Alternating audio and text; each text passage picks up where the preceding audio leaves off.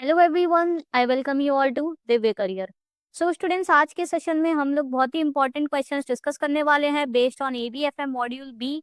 Module B ऐसा module है जिससे आपके मैक्सिमम नंबर ऑफ न्यूमेरिकल्स पूछे जाते हैं और 30-40% का जो आपका पेपर रहता है वो न्यूमेरिकल बेस्ड रहता है और वो न्यूमेरिकल्स आपके मॉड्यूल बी से आते हैं। तो आज के सेशन में हम लोग लगभग सभी टाइप के न्यूमेरिकल्स कवर करने की कोशिश करेंगे जो आपके मॉड्यूल बी से पूछे जाते हैं। तो पूरे वीडियो को जरूर से एंड तक देखिएगा। चैनल को जरूर से सब्सक्राइब कर लीजिए, बेल आइकन प्रेस कर दीजिए जिससे आपको टाइमली नोटिफिकेशंस मिले हमारे वीडियोस का। साथ में इन सभी वीडियोस की पीडीएफ के लिए टेलीग्राम ग्रुप ज्वाइन कर लीजिए। उस ग्रुप में आपको इस पूरे वीडियो की पीडीएफ मिल जाएगी। तो चलिए फिर स्टार्ट करते हैं हम लोग आज का सेशन। आज का फर्स्ट क्वेश्चन रीड करते हैं। It is a numerical question. Measures XYZ planning to undertake a project with initial investment of rupees 8 lakhs. Required return on project is 10%.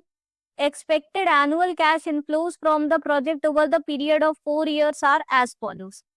Year 1, rupees 2,35,000. Year 2, 2,56,000. Year 3, 2,77,000. Year 4, 2,90,000. Now you have to compute NPV of a project and profitability index. तो आप देखोगे previous years में इस type के numericals आए हैं जहां net present value निकालने को भी आया है, प्रॉफिटेबिलिटी इंडेक्स के ऊपर भी अलग से क्वेश्चन आए हैं। तो इस क्वेश्चन में आपको दोनों ही चीजें निकालनी है, उससे आप दोनों चीजें निकालना सीख जाओगे। तो देखिए इसमें क्या क्या दिया है आपको। इन्वेस्टमेंट दिया हुआ है, rate of return required from this project वो दिया हुआ है, और ये नेक्स्ट 4 ईयर्स में जो कैश इनफ्लोज होने वाला है वो दिया है। इसके बेसिस पे अब आपको एनपीवी कैलकुलेट करना है। सो कैसे करेंगे? सबसे पहले तो आपको फॉर्मूला पता होना चाहिए कोई भी चीज कैलकुलेट करना है। सो नेट प्रेजेंट वैल्यू का क्या होता है? Summation of all the present value of cash inflows minus your initial investment, ये होता है एनपीवी का फॉर्मूला। अब आपको summation of present value of cash inflow निकालना है। प्रेजेंट वैल्यू कैसे निकलती है? जो भी फ्यूचर कैश इनफ्लो आ रहा है उसको आपको डिस्काउंट करना रहता है। 1 CF cash flow future cash flow divided by 1 + R⁴ इस फॉर्मूले से निकालनी रहती है। फर्स्ट ईयर में जो कैश फ्लो हो रहा है that is 2,35,000। So first year का प्रेजेंट वैल्यू क्या हो जाएगा? 2,35,000 divided by 1 + R, discount factor कितना दिया है जो रिटर्न रिक्वायर्ड है दैट इज 10%। 10% यानी कि 0.1 की पावर फर्स्ट ईयर की पावर 1 ही हो जाएगी। सो 2,35,000 डिवाइडेड बाय 1 + 0.1 यानी कि 1.1, ये आपका आ जाएगा 2,13,636। ये आपका फर्स्ट ईयर का हो गया। इसी तरीके से हम लोग चारों ईयर्स का निकाल सकते हैं। सेकेंड ईयर का आपका हो जाएगा 2,56,000 जो दिया हुआ है डिवाइडेड बाय 1 + 0.1 10% और टू द पावर 2 हो जाएगा। So 2,56,000 divided by 1.1 to the power 2, ये आप कैलकुलेटर से कर लीजिए, आपको आ जाएगा 211,570। इसी तरीके से आप थर्ड ईयर का निकाल लेंगे। 2,77,000 divided by 1.1 to the power 3, ये आपका आ जाएगा 208,114। और फोर्थ ईयर का 2,98,000 1.1 टू द पावर 4, ये आपका आ जाएगा 203,538। अब हम एनपीवी के फॉर्मूले में पुट करेंगे which is summation of all the present values of cash inflows. तो ये चारों वैल्यू जो आ गई, हमारी प्रेजेंट वैल्यू आ गई कैश इनफ्लोज की, इनका हम लोग सम कर देंगे। We will find the sum of all these present values. So 213,636 plus 211,570 plus 208,114 plus 203,538, इनका आप सबका सम कर लीजिए। आपका ये आ जाएगा, राउंड ऑफ कर दीजिएगा, 836,859। This is the summation of all the present values. अब इसको हम लोग फॉर्मूले में पुट कर देंगे। समेशन ऑफ प्रेजेंट वैल्यू जो भी निकाला था 836,859, 8,36,859 माइनस जो हमारा इन्वेस्टमेंट दिया हुआ था वो कितना हो रहा था, 8 लाख इन्वेस्टमेंट है, सो माइनस 8 लाख। सो एनपीवी कितना हो गया आपका, अराउंड 36,859। तो अब क्या ये प्रोजेक्ट एक्सेप्ट करना चाहिए कि नहीं करना चाहिए, बिकॉज एनपीवी आपका पॉजिटिव में है, greater than 0, so the project could be accepted. अब पहला हमारा आंसर आ गया, एनपीवी हमने निकाल लिया 36,859। दूसरा हमें प्रॉफिटेबिलिटी इंडेक्स निकालना है। सो प्रॉफिटेबिलिटी इंडेक्स निकालने का फॉर्मूला क्या होता है, profitability index is equal to present value of all the future cash inflows. अगर कैश आउटफ्लोस दिया होता अलग अलग सालों में तो उसका प्रेजेंट वैल्यू निकालते, अब क्योंकि नहीं दिया है so divided by initial investment ही कर देंगे इसमें भी। So profitability index is equal to present value आपने जो निकाली थी फ्यूचर कैश इनफ्लोस की सम करके, ये 836,859 divided by the initial investment which is 8 lakhs। ये आपका आ जाएगा 1.046।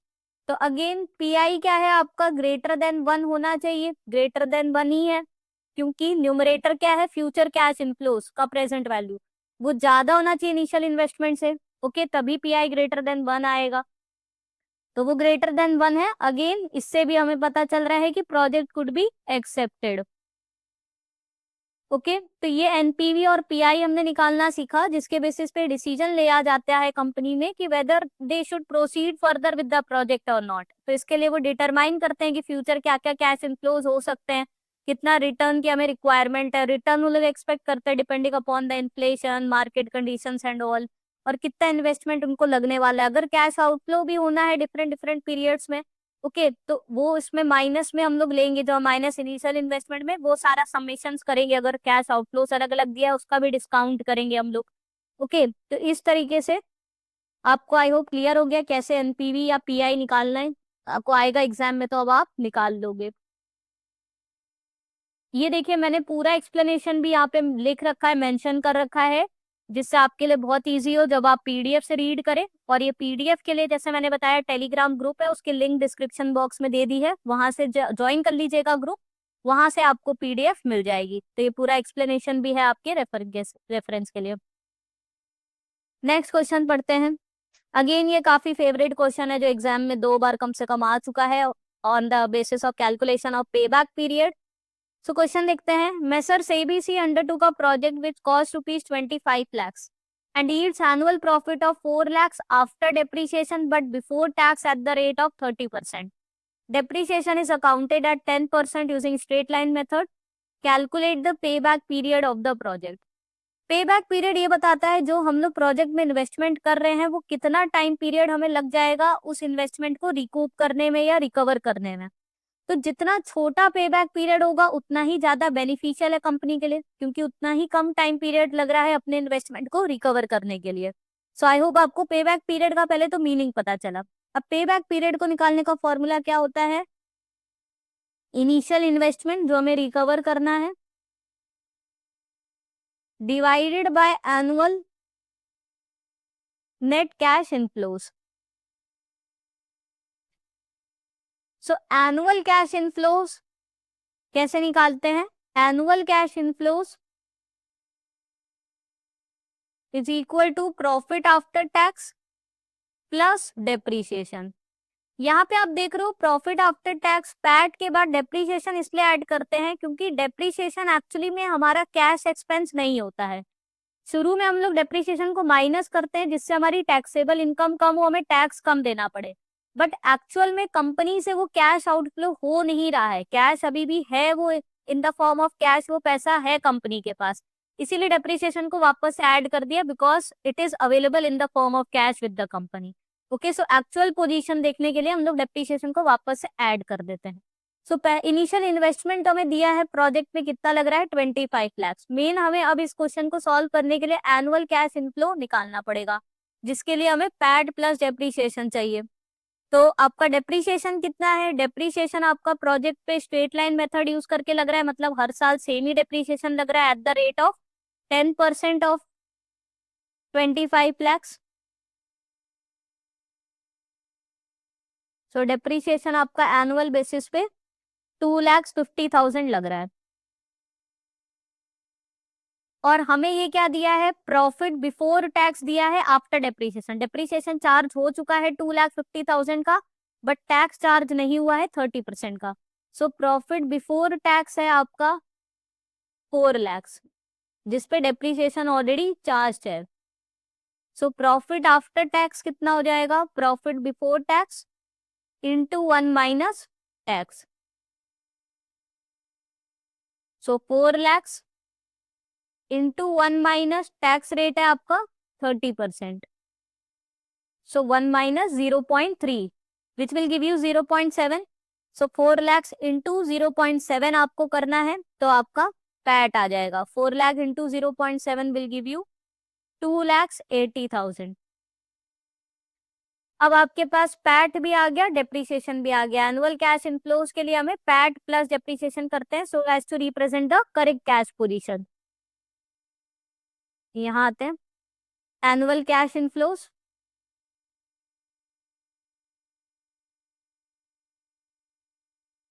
पैट हमारा आया था 2,80,000 और डेप्रीशिएशन 25 लाख पे 10% हर साल लग रहा था, तो 2,50,000। तो ये आ गया आपका 5,30,000 जो हर साल कैश इनफ्लो हो रहा है। अब हमारा इन्वेस्टमेंट है प्रोजेक्ट में 25 लाख का, हर साल हमें 5,30,000 हम रिकवर कर पा रहे, तो कितने साल लग जाएंगे 25 लाख रिकवर करने पे? यही चीज तो निकालनी है। तो इसको आप जस्ट यूनिटरी मेथड से भी निकाल सकते हो या इसको एज अ फॉर्मूला भी पुट कर सकते हो।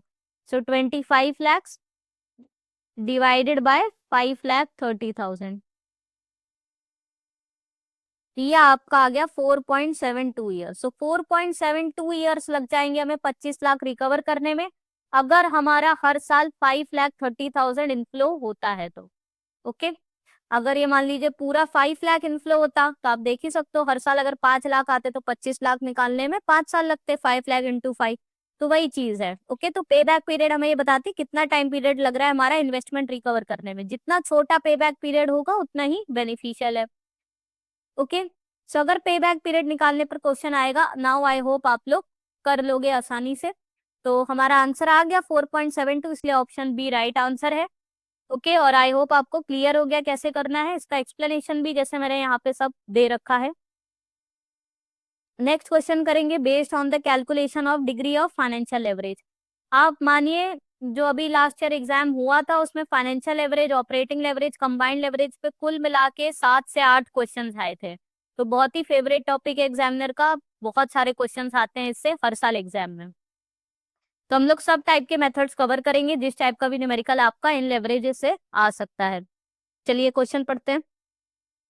A company has the following details: sales given of 40 lakhs, variable cost given is 60% of sales, fixed operating cost given is 8 lakhs, interest on the borrowed funds is 3 lakhs.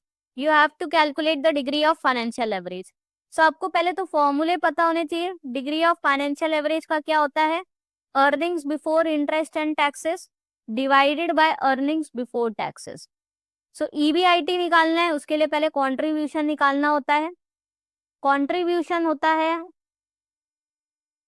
Sales minus variable cost. Sales दिया है हमें 40 lakhs, variable cost है हमारा 60% of sales, so 60% of 40 lakhs कर देंगे।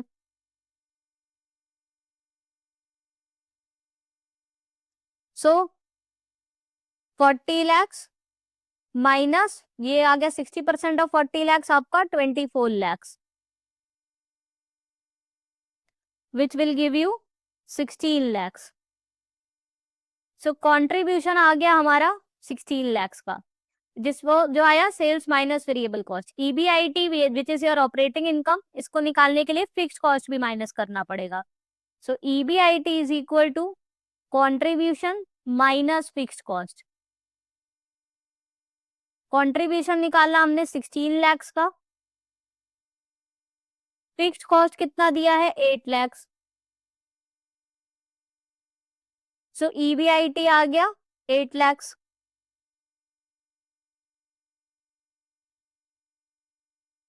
सो फॉर्मूले में EBIT आ गया, EBT निकालना अर्निंग्स बिफोर टैक्सेस, यानी कि हमें इसमें से इंटरेस्ट एक्सपेंसेस माइनस करने पड़ेंगे। So EBT is equal to EBIT minus interest expenses.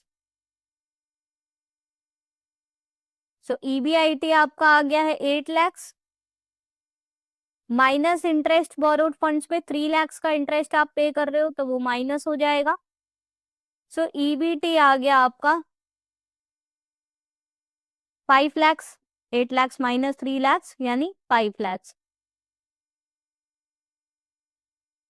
सो अब आपकी दोनों चीजें आ गई, EBIT भी आ गया 8 lakhs और EBT भी आ गया 5 lakhs। अब जस्ट आपको फॉर्मूले में पुट करना है। So DFL is equal to 8 lakhs divided by 5 lakhs, 0 0 सब कट जाएंगे, 8 डिवाइडेड बाय 5 बच गया यानी कि 1.6। सो डिग्री ऑफ फाइनेंशियल एवरेज है 1.6। सो ऑप्शन सी इसका राइट आंसर हो गया। तो ये एकदम सिंपल न्यूमेरिकल था on the basis of calculation of degree of financial average. अब इसी में देखिएगा कई सारे वेरिएशन टाइप के आते हैं, वो भी हम लोग देखेंगे, जहाँ ब्रेक इवन पॉइंट होगा या पीवी रेशियो होगा और डायरेक्ट आपको वेरिएबल कॉस्ट नहीं दी रहेगी। ओके, तो वो भी हम लोग अभी न्यूमेरिकल्स करेंगे। तो पहले तो आई होप आपको ये क्लियर हो गया होगा। तो करेक्ट आंसर ऑप्शन सी हो गया। एक्सप्लेनेशन यहाँ पूरा एज इट इज दिया है मैंने, जो आप रीड कर सकते हो from our PDF। Next question है, a company has the following detail, selling price per unit given is 200। यहाँ पे देखिए ब्रेक इवन पॉइंट दिया है 5000 यूनिट्स। 5000 यूनिट्स जब कंपनी सेल करेगी तब वो ब्रेक इवन पॉइंट अचीव करेगी। उसके बाद जो भी एडिशनल यूनिट कंपनी सेल करेगी उसको प्रॉफिट अर्न होना लगेगा। एक्चुअल सेल्स हुई है 8000 यूनिट्स की, तो ब्रेक इवन पॉइंट देख रहे हैं आप, कवर कर लिया है इसने। फिक्स्ड ऑपरेटिंग कॉस्ट है 6 lakhs की। इंटरेस्ट जो ये पे कर रही है on the debt it has taken is 2 lakhs। Here you have to calculate the degree of combined leverage. Combined leverage जहाँ ऑपरेटिंग लेवरेज और फाइनेंशियल लेवरेज दोनों का ही इम्पैक्ट देखते हो। सो डिग्री ऑफ कंबाइंड लेवरेज का फॉर्मूला होता है degree of operating leverage into degree of financial leverage. So operating leverage का क्या था फॉर्मूला, कंट्रीब्यूशन अपॉन EBIT, और फाइनेंशियल लेवरेज का होता है EBIT upon EBT। So actual में आपके EBIT कट हो जाते हैं तो बचता क्या है, कंट्रीब्यूशन अपॉन EBT, जो आपको एक्चुअल में निकालना है अब। ठीक है, सो कंट्रीब्यूशन निकालने का एक तो फॉर्मूला होता है सेल्स माइनस वेरिएबल कॉस्ट। अब वेरिएबल कॉस्ट यहाँ पे दिया नहीं है, यहाँ पे हमें ब्रेक इवन पॉइंट दिया है तो उसका यूज करेंगे। So break even point units में दिया हुआ है हमें यहाँ, which is equal to fixed cost upon contribution per unit. Okay, तो ये ब्रेक इवन पॉइंट का फॉर्मूला होता है। So contribution per unit is equal to fixed cost upon break even point हो जाएगा। फिक्स्ड कॉस्ट है 6 lakhs और break even point है 5000 units. So 6 lakh divided by 5000 आपका आ गया ₹120 पर यूनिट। टोटल कंट्रीब्यूशन कितना हो गया, एक यूनिट बेचने पे 120 रुपये का कंट्रीब्यूशन जो है, मतलब प्रॉफिट एक तरीके से हो रहा है if you are not considering the fixed cost. लेकिन टोटल सेल्स हुई है 8000 यूनिट्स की, तो टोटल कंट्रीब्यूशन हो गया 120 into 8000 which will give you 9,60,000। तो ये आपका आ गया टोटल कंट्रीब्यूशन। सो हमें DCL में कंट्रीब्यूशन अपॉन EBT निकालना है। पहली चीज आ गई कंट्रीब्यूशन। अब EBT के लिए पहले EBIT निकालना पड़ेगा। अब जैसे पहले किया था वैसे ही करना है बाकी चीजें। EBIT आपका होता है कंट्रीब्यूशन माइनस फिक्स्ड कॉस्ट। सो कंट्रीब्यूशन आपका आ गया था 9,60,000। फिक्स्ड कॉस्ट है आपका 6 lakhs which will give you 3,60,000। फिर आपका earnings before taxes is equal to EBIT minus interest expenses. So 3,60,000 minus 2 lakhs. So EBT आ गया आपका 1,60,000. सो अब हमें फॉर्मूले में पुट कर देना है contribution upon EBT. Contribution total यहाँ निकाले ये 9,60,000 और ईबीटी आ गया 1,60,000. सो 9,60,000 डिवाइडेड बाय 1,60,000, ये आपका आ गया 6. सो ऑप्शन डी आपका राइट आंसर हो गया. ओके तो आप देखिए इस टाइप के भी न्यूमेरिकल्स आते हैं एग्जाम में. कंबाइंड लेवरेज के ऊपर पहले आया भी है, जहां आपको वेरिएबल कॉस्ट डायरेक्ट नहीं देकर ब्रेक इवन पॉइंट दिया है. तो ब्रेक इवन पॉइंट का होता है फिक्स्ड कॉस्ट अपॉन कंट्रीब्यूशन. हो सकता है ब्रेक इवन पॉइंट आपको अमाउंट में दिया हो इंस्टेड ऑफ यूनिट्स, यानी कि टोटल जो सेल्स हुई है वो उसमें लिख ली है ऑलरेडी, तो आपको वापस से मल्टीप्लाई करने की जरूरत नहीं पड़ेगी, वो आपका टोटल कॉन्ट्रीब्यूशन ही आ जाएगा. ओके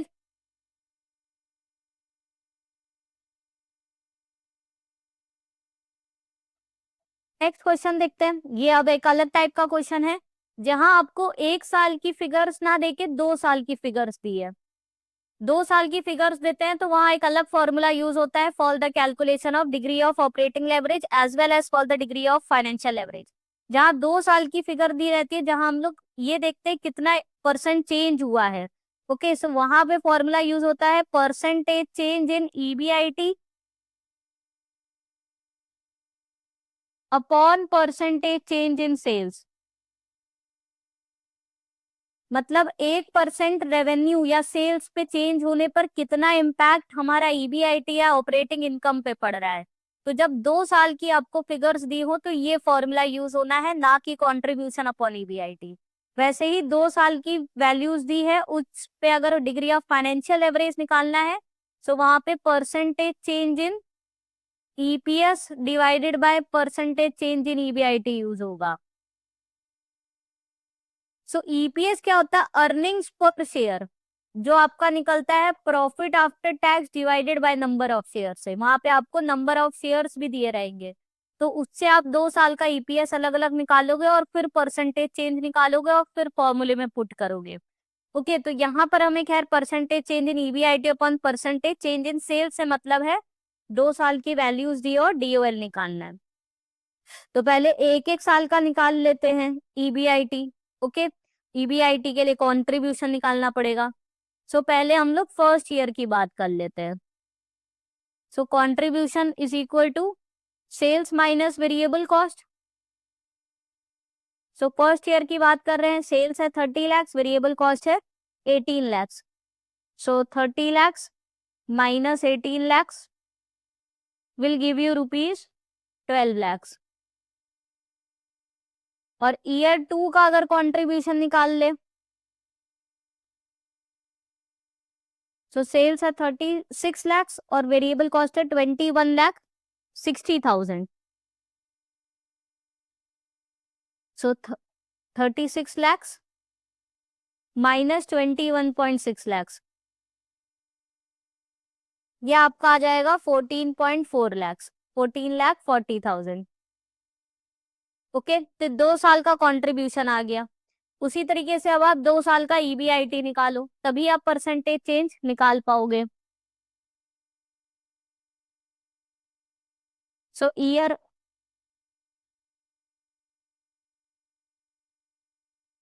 1 का EBIT contribution minus fixed cost. First year का कंट्रीब्यूशन हमने निकाला है, कितना है 12 lakhs और फिक्स्ड कॉस्ट है फर्स्ट ईयर का 6 lakhs. सो 12 lakhs माइनस 6 lakhs करना है हमें. 12 lakhs minus 6 lakhs first year के लिए. सो ईबीआईटी आ गया आपका 6 lakhs. उसी तरीके से हमें ईयर 2 का ईबीआईटी निकालना पड़ेगा. ईयर 2 के लिए कंट्रीब्यूशन कितना निकाला था 14,40,000 और ईयर 2 का फिक्स्ड कॉस्ट है 6 lakhs.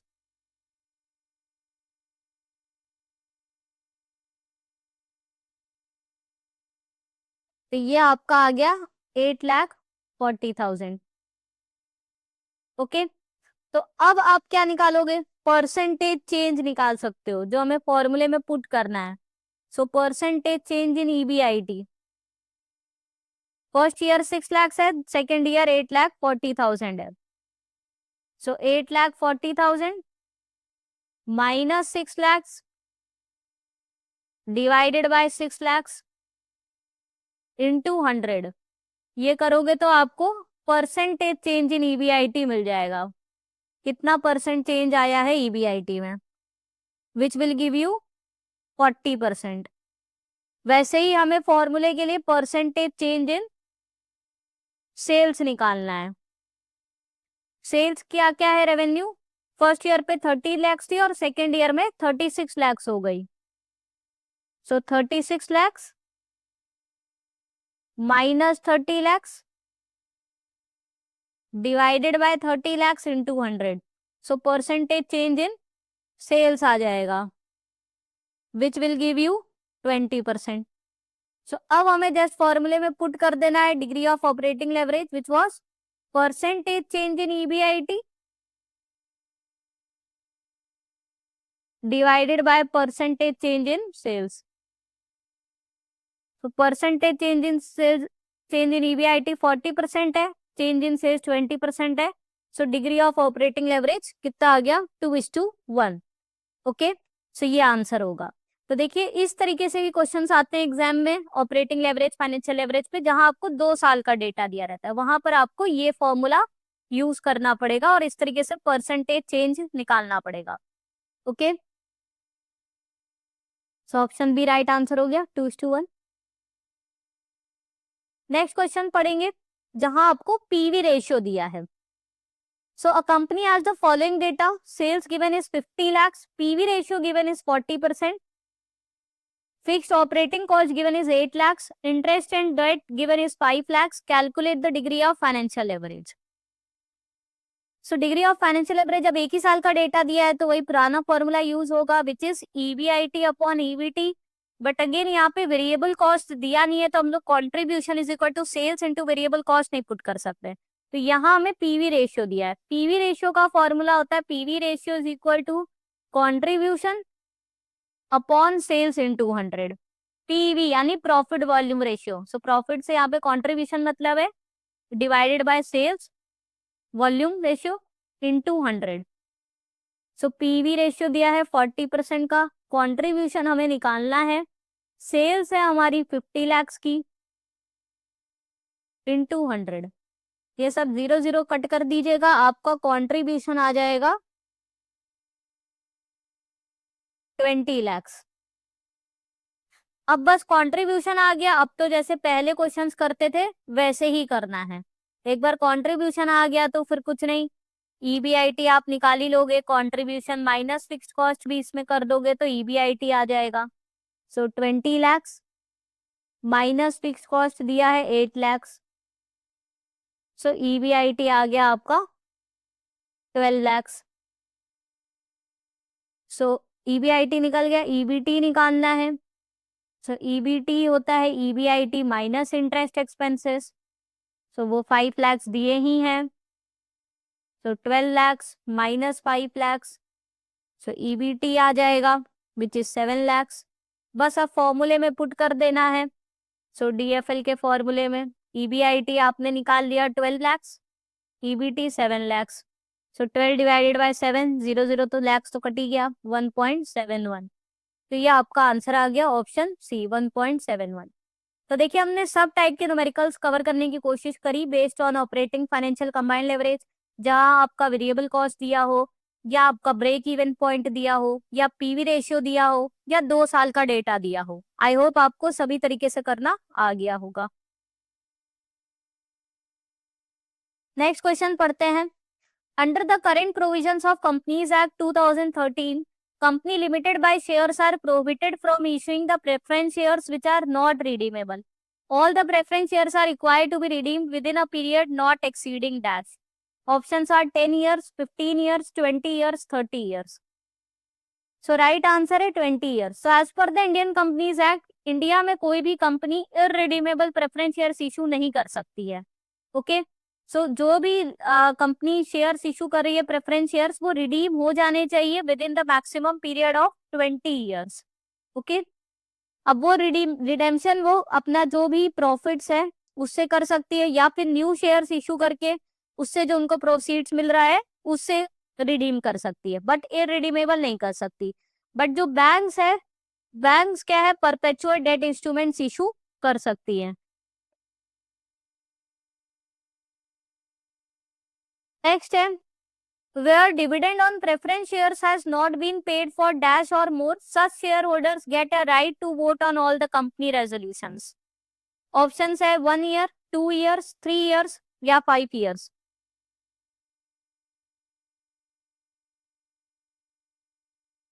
So right answer है 2 years. So जो preference shareholders होते हैं उनके पास limited right to vote होता है, वो कुछ ही resolution में voting कर सकते हैं which is related to their interest. But अगर उन शेयर होल्डर्स को डिविडेंड कंपनी नहीं पे करती है for the period of 2 years और मोर, तो उस केस में उनको जनरल वोटिंग राइट्स मिल जाती है। Now they can vote on every resolution which is placed before the general meeting of share holders. ठीक है, तो क्यूमुलेटिव प्रेफरेंस शेयर्स भी एक कैटेगरी होती है जहां पे उनका डिविडेंड क्या एक्यूमुलेट होता रहता है। नेक्स्ट ईयर जब वो डिविडेंड पे अनाउंस करती है तो जो पुराने साल का डिविडेंड जो कंपनी ने नहीं पे किया होता है वो उसके साथ पे करना पड़ता है। तो अगर 2 साल या उससे ज्यादा हो जाते हैं and the dividend remain unpaid, तो उस केस में प्रेफरेंस शेयर होल्डर्स को जनरल वोटिंग राइट्स मिल जाती है। Okay, next question, which of the following statements are true regarding debentures? First is debenture holders have voting rights in company. Second, there is a fixed rate of interest paid on it. Third, debentures are repaid on the fixed date on the expiry of term. Fourth, if debentures are issued to more than 100 persons, trustees are required to be appointed to look after the interest of debenture holders. Option A 1, 2 and 3. Option B 2, 3 and 4. Option C 2 and 3. Option D 1, 2, 3 and 4. So debentures आपके क्या होते हैं, debt instruments होते हैं। तो इन पे जो rate of interest जो कंपनी देती है वो फिक्स्ड होता है, फिक्स रिटर्न मिलता है इसमें, और ये फिक्स टेन्योर के लिए इशू किए जाते हैं। अब क्योंकि ये डेट इंस्ट्रूमेंट्स हैं तो जो भी डिबेंचर होल्डर्स होते हैं उनके पास वोटिंग राइट्स नहीं होती। वोटिंग राइट्स शेयर होल्डर्स के पास होती है। बॉन्ड होल्डर्स, डिबेंचर होल्डर जो डेट इंस्ट्रूमेंट की कैटेगरी में आते हैं उनके पास नहीं होती है। सो debenture holders have a voting rights, ये स्टेटमेंट फॉल्स हो गया। फिक्स रेट ऑफ इंटरेस्ट मिलता है, ट्रू है। फिक्स टेन्योर के लिए इशू किया जाता है, ये भी ट्रू है। If the debentures are issued to more than 100%, trustees are required to be appointed to look after the interest of debenture holder. ये गलत है। अगर डिबेंचर इशू किया जाता है तो मोर देन 500%, उस केस में ट्रस्टी अपॉइंट करना जरूरी होता है। सो सिर्फ हमारे 2 and 3 स्टेटमेंट करेक्ट है। So option C is the right answer. Okay, तो ये डिबेंचर्स के रिलेटेड इंपॉर्टेंट पॉइंट्स है सारे जो आपको क्लियर होने चाहिए।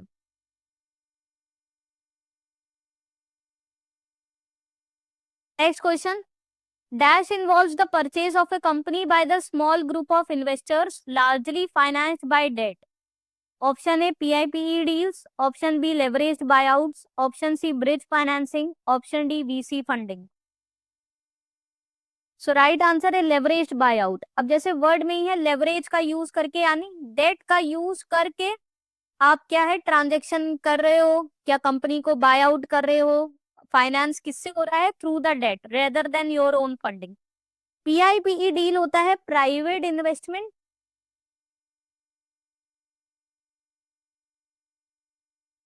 इन पब्लिक इक्विटी।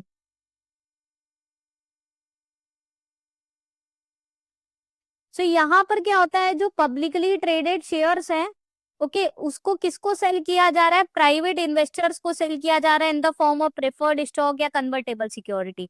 सो जो कंपनी अगर उसको क्विक वे में फंड रेज करने हैं, rather than raising it from the public, they can raise it through private investors. So जो ऑलरेडी पब्लिकली ट्रेडेड कंपनी है वो प्रेफर्ड स्टॉक के फॉर्म में या कन्वर्टेबल सिक्योरिटी के फॉर्म में प्राइवेट इन्वेस्टर से फंड को रेज करती है, उसको पीआईपीई डील कहते हैं। ब्रिज फाइनेंसिंग होती है जो कंपनी क्या होता है कई स्टेजेस में फंड रेज करती है। सीड स्टेज होता है, first raise, second round of funding होती है। सो जो लास्ट राउंड होता है फंडिंग फाइनेंस रेज करने का, जो लास्ट राउंड होता है बिफोर आईपीओ, मतलब आईपीओ जब हो जाएगा तब तो पब्लिक से पैसा आ ही जाएगा, तो उसके पहले जो last round of fund raise जो करते हैं उसको ब्रिज फाइनेंसिंग कहते हैं। मैनेजमेंट बाय आउट भी एक टर्म होता है। मैनेजमेंट बाय आउट में भी एक्चुअली डेट का ही यूज होता है, बट यहाँ पर जो कंपनी के खुद ही के जो की एग्जीक्यूटिव्स होते हैं वो ही कंपनी को बाय आउट करते हैं using mainly the debt fund. So management buy out is a subset of part of leverage buy out only. और वेंचर कैपिटलिस्ट फंडिंग जो होती है वो क्या होता है, वो ज्यादातर जो नए बिजनेसेस होते हैं वहां पे पैसे को लगाते हैं, अपने उनको फाइनेंस करते हैं। And they mainly finance it through the form of equity, कुछ स्टेक वगैरह अपना लेते हैं और फिर उनको फंडिंग प्रोवाइड करते हैं, एडवाइजरी सर्विसेज प्रोवाइड करते हैं, मैनेजमेंट वगैरह में हेल्प करते हैं। ओके, सो वो वेंचर कैपिटलिस्ट फंडिंग वो हो गया। नेक्स्ट न्यूमेरिकल है, इस टाइप का न्यूमेरिकल आ चुका है पहले एग्जाम में। The following data is provided, risk free discount rate in USA is 4%, risk free discount rate in India is 7%, risk adjusted discount rate required by the company in India is 12%. Calculate the risk adjusted discount rate in USA which will be acceptable to the company. Sir इसके question को करने का बहुत simple तरीका है, आपको formula याद होना चाहिए। 1 plus adjusted risk rate is equal to 1 plus risk free rate into 1 plus risk premium। तो ये फॉर्मूला होता है। रिस्क एडजस्टेड रेट दिया है आपको 12%, सो पुट करेंगे 1 प्लस 12% यानी 1 plus 0.12 is equal to risk free rate India का आपको दिया है 7%, क्योंकि रिस्क एडजस्टेड रेट भी हम लोग इंडिया का ही ले रहे हैं तो उसी का ही रिस्क फ्री रेट लिखेंगे। तो 1 प्लस 7% यानी 0.07 इंटू 1 प्लस रिस्क प्रीमियम जो हमें निकालना है। So 1 plus RP is equal to 1 plus 0.07 यानी कि 1, ये तो 1 प्लस 1.07 हो गया और ये 1.12 हो गया। So 1 plus RP is equal to this divided by this हो जाएगा, यानी 1.12 डिवाइडेड बाय 1.07। ठीक है, तो ये आपका आ गया 1.0467। आरपी दिस प्रीमियम अलग से नहीं निकालेंगे क्योंकि 1 plus RP as it is हम पुट कर सकते हैं आगे। अब हम लोग यूएस के हिसाब से निकालेंगे 1 प्लस आर ए, यहाँ पे हमें आर ए निकालना है यूएस के हिसाब से, विच इज इक्वल टू वही फॉर्मूला रहेगा 1 plus risk free rate US का लेंगे और 1 प्लस आरपी रिस्क प्रीमियम यही वाला एज इट इज पुट करेंगे।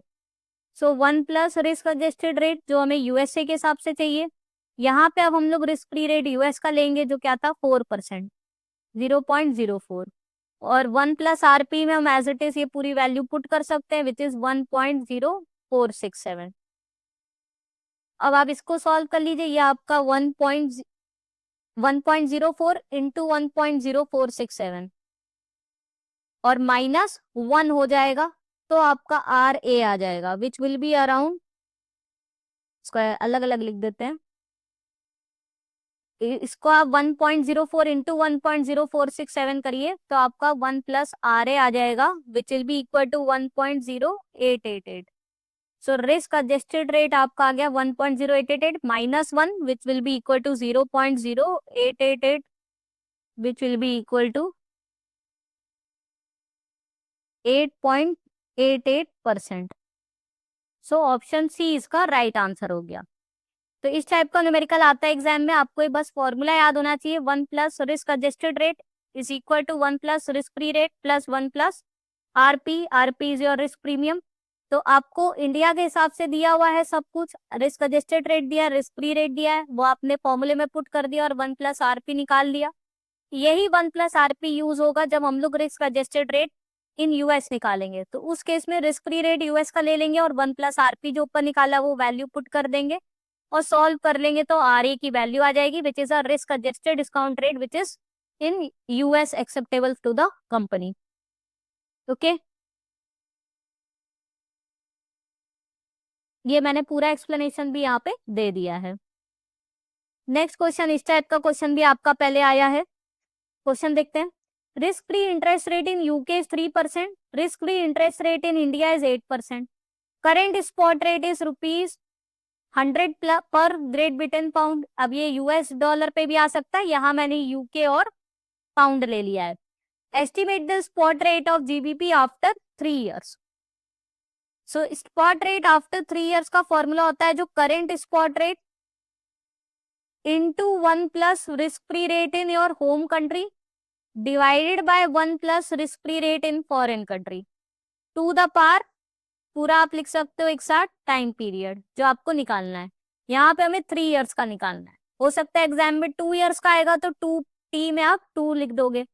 तो स्पॉट रेट आफ्टर 2 इयर्स, यहाँ पे सॉरी 3 इयर्स का निकालना है, तो spot rate after 3 years will be equal to initial spot rate क्या है, करंट है 100 rupees per pound. So 100 into 1 plus risk free rate of your home country. Home country क्या है, इंडिया है, इंडिया का 8% है, 1 plus 0.08 divided by foreign country का risk free rate क्या है 3%, 0.03 की पावर हो जाएगी 3।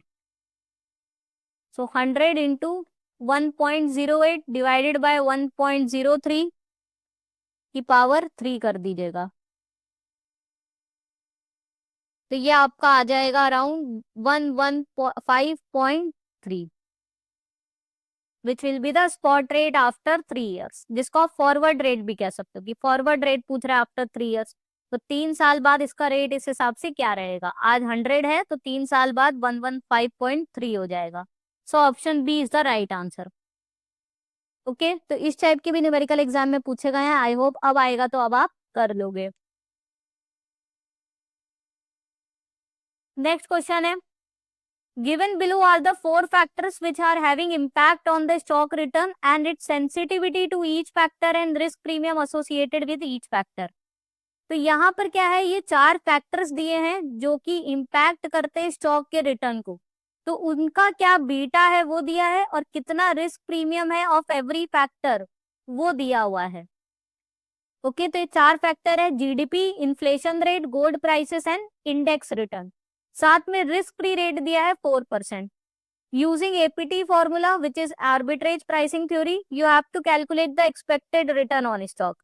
सो देखिए, नॉर्मल जो आपका सीएपीएम मॉडल होता है, कैपिटल एसेट प्राइसिंग मॉडल, उसी का ही यूज किया गया है, जहां पे आपका फॉर्मूला होता है expected return on stock is equal to risk free rate plus beta into risk premium which is market rate minus risk free rate. So R M minus R F, जो आपको एडिशनल रिटर्न जो expected है, that is represented by risk premium. R M minus R F is equal to risk premium. तो अब यहाँ पर आप यही फॉर्मूला आपको यूज करना है और ये डिफरेंट डिफरेंट बीटा और रिस्क प्रीमियम को आपको इसी के अंदर अकाउंटिंग करना है। So expected return is equal to risk free rate क्या है 4%, तो आर एफ में 4% लिख देंगे, ये सब परसेंटेजेस में ही एज इट इज रहेगा, प्लस बीटा।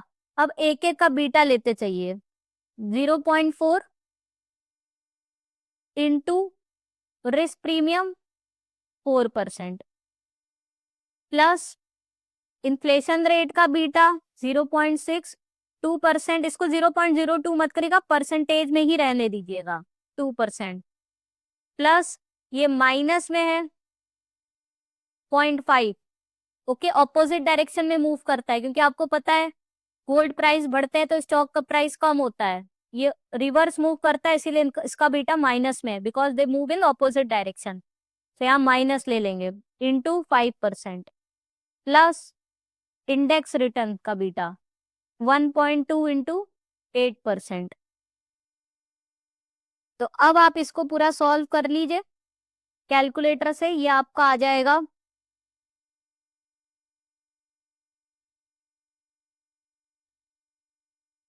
13.9% आएगा कुछ,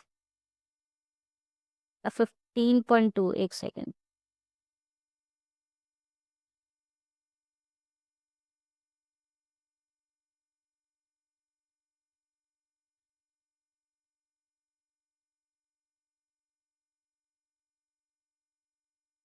और प्लस 0.4 इंटू 4 प्लस 0.6 इंटू 2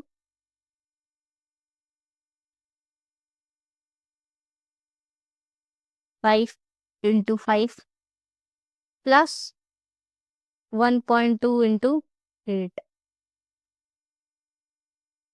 हाँ 13.9% आ रहा है। सो ऑप्शन ए आपका राइट आंसर हो गया। ओके,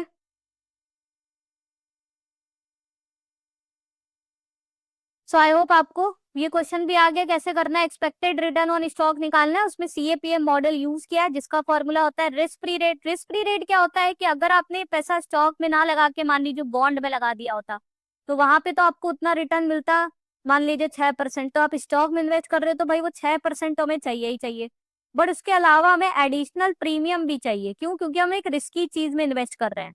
सो जो मार्केट रिटर्न है minus the risk free rate, वो रिस्क प्रीमियम जो हम रिस्क ले रहे हैं इसलिए हमें एडिशनल जो रिटर्न चाहिए, multiply by the beta which represent the volatility.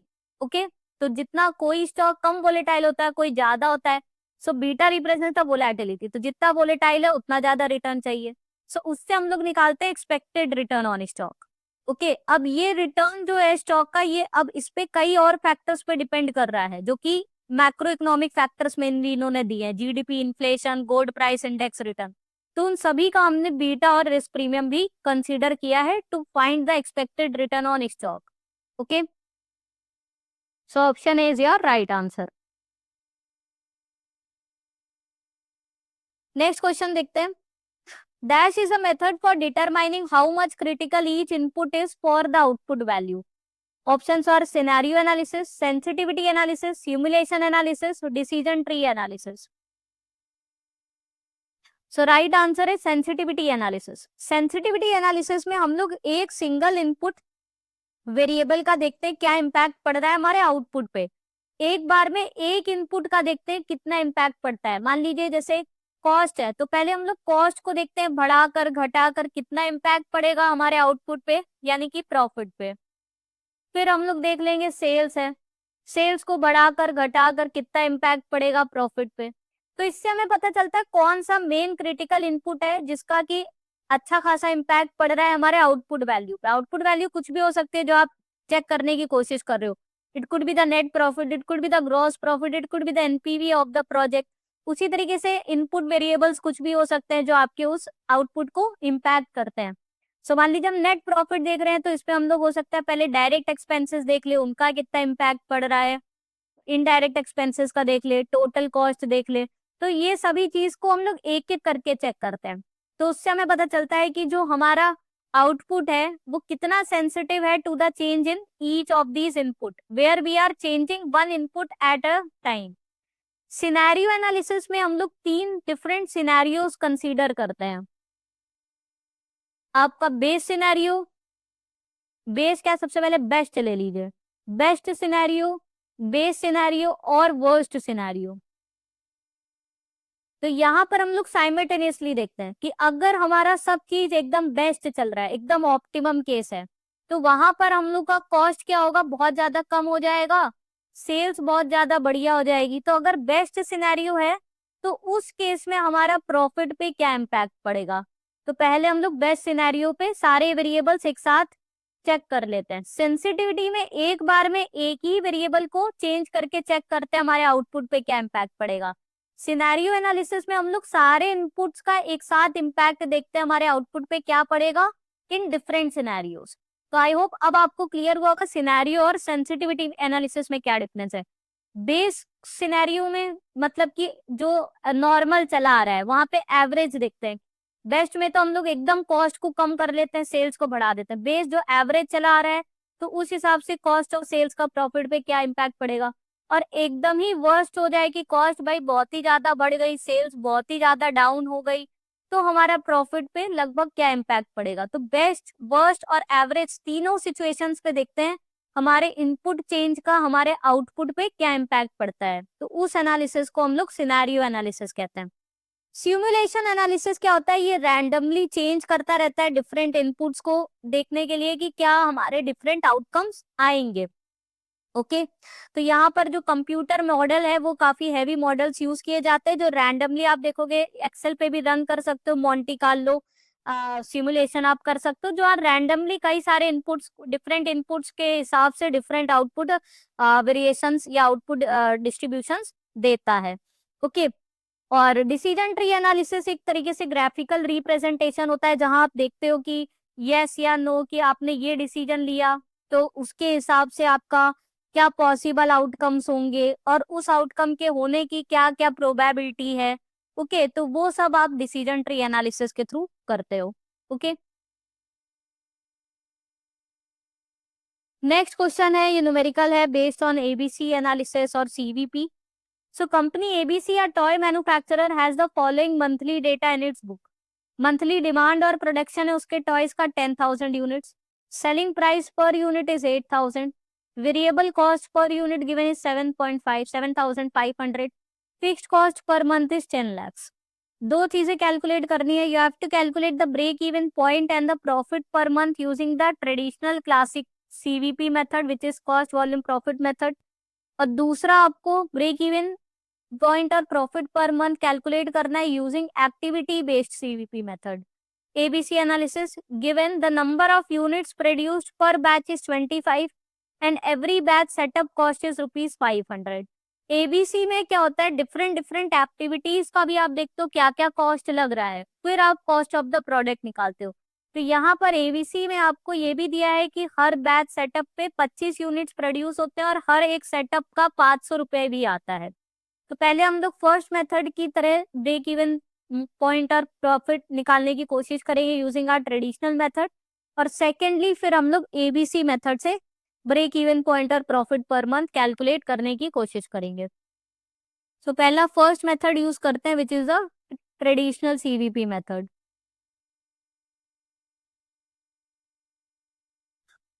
So selling price per unit आपकी दी हुई है ₹8,000 और वेरिएबल कॉस्ट पर यूनिट आपकी दी हुई है 7,500। ठीक है, 8,000 पर यूनिट सेलिंग प्राइस है, वेरिएबल कॉस्ट पर यूनिट 7,500 है। सो कॉन्ट्रीब्यूशन पर यूनिट कितना आ गया, 8,000 selling price minus variable cost, यही पढ़ते आए हैं।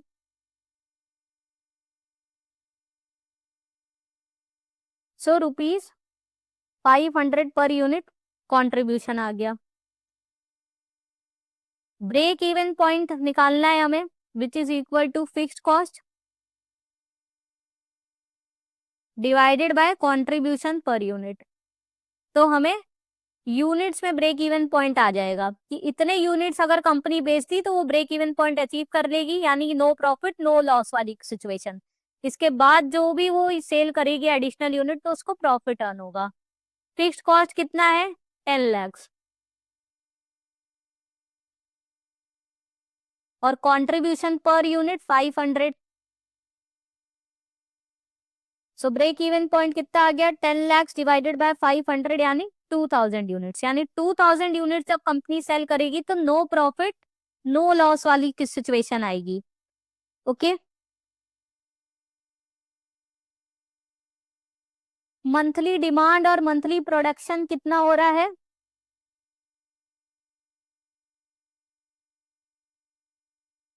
10,000 यूनिट्स का।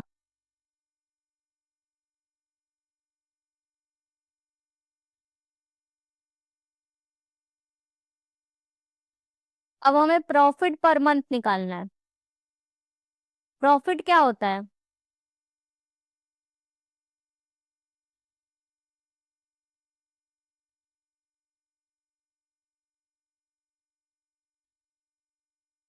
यहाँ हम लोग लेंगे फॉर्मूला मंथली डिमांड जो यूनिट्स में दी हुई है हमें ऊपर, मंथली प्रोडक्शन या मंथली डिमांड जितनी हो रही है हमारे, into contribution per unit minus fixed cost per month. तो प्रॉफिट पर मंथ आ जाएगा हमारा, क्योंकि ये कंट्रीब्यूशन पर यूनिट का दिया है। टोटल हमारे 10,000 की डिमांड बन रही है, सो 2,000 इंटू 10,000 हो जाएगा।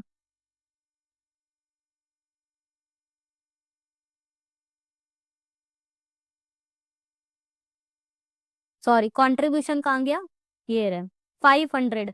ठीक है, 500 इंटू 10,000 हो जाएगा, ये तो ब्रेक इवन पॉइंट था। सो मंथली डिमांड है प्रोडक्शन या डिमांड 10,000 यूनिट्स की और हमारा मतलब कंट्रीब्यूशन हो रहा है 500 पर मंथ पर यूनिट के हिसाब से। सो 10,000 into 500 minus fixed cost 10 lakhs। So profit per month कितना आ गया? 10,000 into 500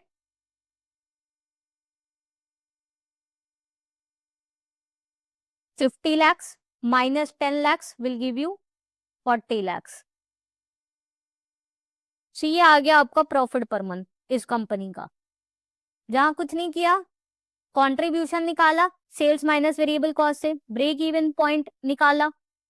okay, break even point से मंथली ये दिया हुआ था हमारा क्या, डिमांड 10,000 यूनिट्स की थी। सो प्रॉफिट क्या होता है? Total sales minus total cost होता है। कंट्रीब्यूशन में already you have accounted sales minus variable cost. So sales minus variable cost minus fix cost करोगे तो आपको प्रॉफिट पर मंथ आ जाएगा, which is actually EBIT, but यहाँ पे इंटरेस्ट और टैक्सेस की बात नहीं करी है। तो ये आपका जस्ट प्रॉफिट यानी ऑपरेटिंग इनकम आ गई एक तरीके से। ओके, जो आपने क्या किया है, यही तो किया है, sales minus variable cost minus fixed cost. Sales minus variable cost represents your contribution, जो आप निकाल चुके थे पर यूनिट के हिसाब से। टोटल यूनिट्स की जो डिमांड थी वो 10,000 यूनिट्स थी, तो टोटल कंट्रीब्यूशन आपका 10,000 इंटू 500, उसमें फिक्स कॉस्ट माइनस कर दिया तो आपका प्रॉफिट आ गया। तो ये आपका ट्रेडिशनल मेथड से ब्रेक इवन पॉइंट और प्रॉफिट दोनों कैलकुलेट कर दिया। ब्रेक इवन पॉइंट था 2,000 यूनिट्स और प्रॉफिट आ गया 40 lakhs। ओके, नेक्स्ट अब हम लोग इसको एबीसी मेथड से करेंगे, जहां पे हम लोग पर बैच, पर सेटअप कॉस्ट, पर एक्टिविटी वो सब देखते हैं। सो यहाँ पे बैच में देखेंगे तो number of units produced in batch,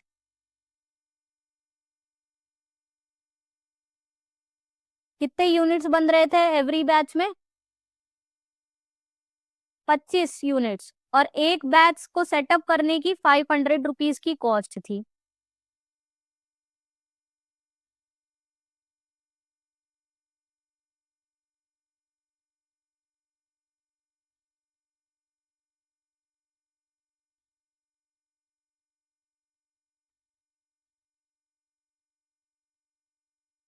total number of units कितने प्रोड्यूस हुए हैं?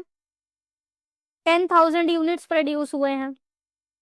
तो उसके हिसाब से हम तो देखेंगे भाई कितने बैचेस रन हो रहे हैं।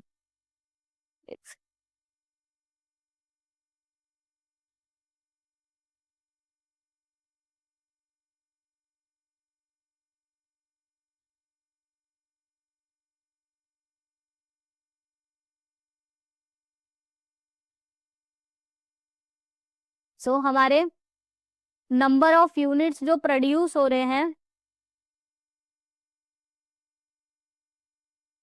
वो हो रहे हैं 10,000 यूनिट्स, और एक बैच में 25 यूनिट्स बन रहे हैं। तो इसका मतलब टोटल नंबर ऑफ बैचेस कितने रन हो रहे होंगे?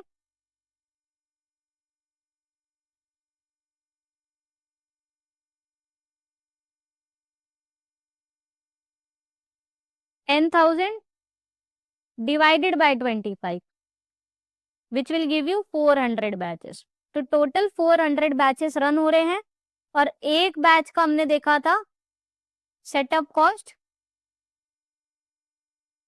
400 रुपीज था, नहीं 500 था। हाँ 500 था। ठीक है, तो इसमें ये चीज भी पहले कंसीडर करनी होती है जब हम एबीसी करते हैं, कि कितने यूनिट्स एक बैच में बन रहे हैं और कितने बैचेस रन हो रहे हैं, कितना एक बैच को सेटअप करने का कॉस्ट आ रहा है। फिर हम आगे वैसे ही बढ़ेंगे। सेलिंग प्राइस आपको दी हुई है per unit 8,000, variable cost per unit आपको दिया ही था 7,500। तो जैसे पहले के क्वेश्चन में निकाला था contribution sales minus variable cost, तो वो आपका वही आ जाएगा ₹500 पर यूनिट। अब इसमें जो ब्रेक इवन पॉइंट निकालेंगे यूनिट्स में, जो आपका होता है फिक्स्ड कॉस्ट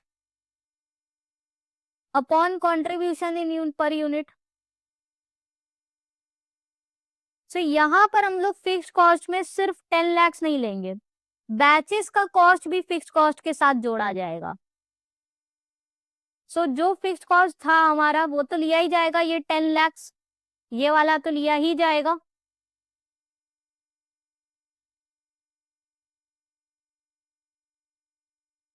इसके साथ हमारा बैच का भी जो कॉस्ट आ रहा है वो भी हम लोग कंसीडर करेंगे।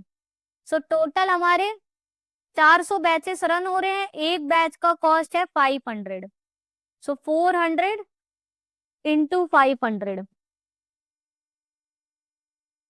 Divided by contribution per unit which is 500। Okay, इसको अब आप सॉल्व कर लीजिए। 10 लाख प्लस 400 इंटू 500 कर लीजिए, 2 लाख। सो 10 लाख प्लस 2 लाख यानी कि 12 लाख डिवाइडेड बाय 500, ये आपका आ जाएगा 2400 यूनिट्स। सो एबीसी के हिसाब से हमें 2400 यूनिट जब हम बेचेंगे तो हमारा ब्रेक इवन पॉइंट आएगा। सो ये चीज कैलकुलेट हो गई, break even point using ABC. अब प्रॉफिट निकालना है using this method.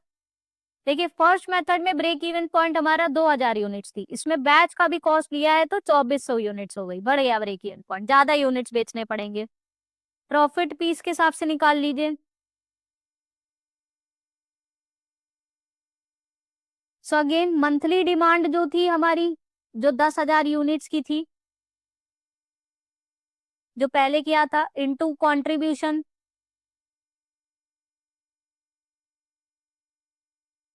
Minus fixed cost, और साथ में इसमें ही फिक्स्ड कॉस्ट में हमारा बैच सेटअप कॉस्ट भी जुड़ जाएगा। सो 10,000 यूनिट्स की डिमांड थी, पर यूनिट कंट्रीब्यूशन कितना आया था, 500 ही आया। ये माइनस फिक्स्ड कॉस्ट जो आपका है 10 lakh, plus batch setup cost जो ऊपर आया ही था 500 इंटू 400, 400 बैचेस रन हो रहे हैं और एक बैच का 500 है। सो 2 lakh.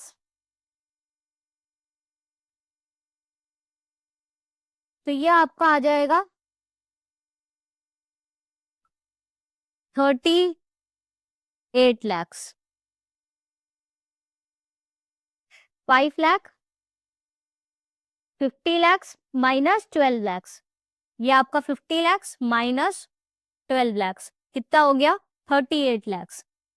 Okay, so I hope आपको क्लियर हुआ। एबीसी से जब निकालना होगा तो उसमें अलग अलग ये बैच वगैरह का भी दिया रहेगा हर एक एक्टिविटी के हिसाब से, तो वो भी हमने फिक्स्ड कॉस्ट में ऐड करके क्वेश्चन किया।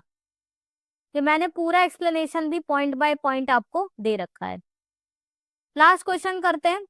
Dash cost are those future cost which will be affected by the decisions and are categorized as avoidable cost.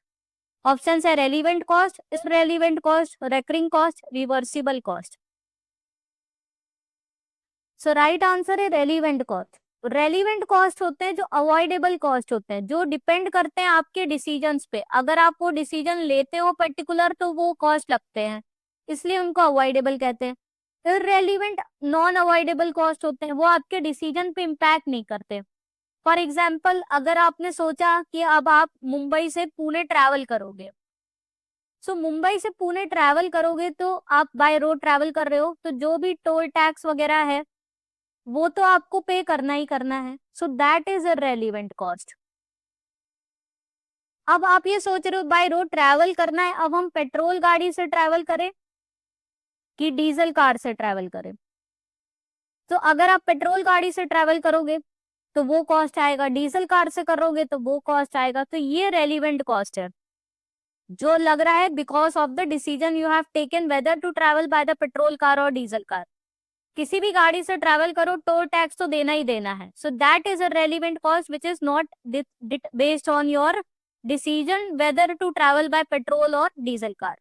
तो मुंबई से पुणे ट्रैवल करना है, अब आप ये डिसाइड कर रहे हो कि आपको पेट्रोल की गाड़ी से जाना है कि डीजल की गाड़ी से जाना है, क्योंकि ये आपके डिसीजन फिर बेस्ड कॉस्ट है which could be avoided because it depends upon the decision, so that is relevant cost. The relevant cost जो आपको देना ही देना है, which is in our example the toll tax which is not dependent on whether to travel by petrol और the diesel car, so that comes under unavoidable cost. Okay, so student this is the end of the session, जहाँ पे हमने बहुत ही important questions और सारे तरीके के numericals करे बेस्ड ऑन मॉड्यूल बी। अगर आपको सेशन पसंद आया हो जरूर से लाइक करिए, चैनल को सब्सक्राइब करके बेल आइकन प्रेस कर दीजिए to get the timely notification of all the uploaded videos. साथ में पूरे वीडियो की पीडीएफ के लिए हमारा टेलीग्राम ग्रुप ज्वाइन कर लीजिए, उसकी लिंक मैंने डिस्क्रिप्शन बॉक्स में शेयर कर दी है। Okay, so see you in the next session, thank you.